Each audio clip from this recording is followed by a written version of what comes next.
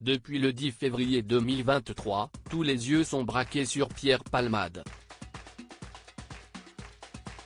Et pour cause, l'humoriste a été mis en examen pour homicide involontaire suite à l'accident de voiture qu'il a causé.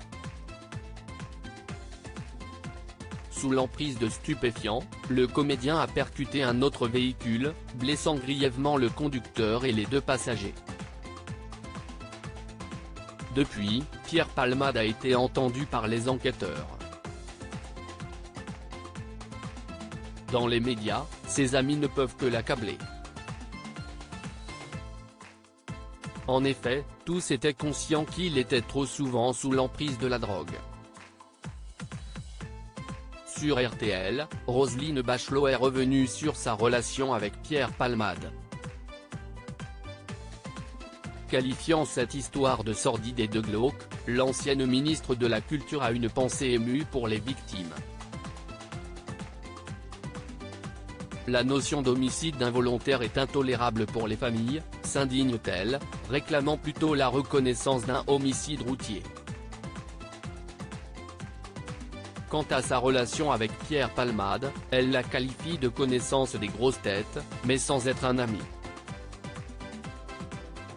Elle explique alors ne pas avoir vu Pierre Palmade dans un état anormal lorsqu'ils travaillaient ensemble.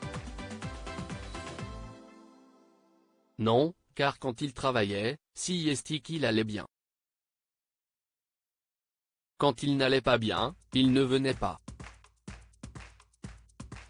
François Rollin prend la défense de Pierre Palmade. Si peu de personnes ont pris la défense de Pierre Palmade, son ami François Rollin a tout de même souhaité nuancer certaines déclarations. Depuis très longtemps, il se jure qu'il va s'en sortir, il essaye d'en sortir.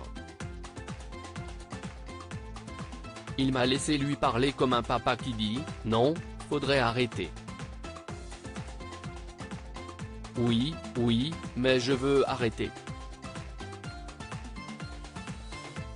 Ça y est, je suis sorti de là. » Et puis 15 jours après, on a un rendez-vous où je lui téléphone. Je suis un peu retombé dedans, a raconté François Rollin. Malgré tout, Pierre Palmade est à l'origine d'un accident qui a coûté la vie à un enfant qui allait naître.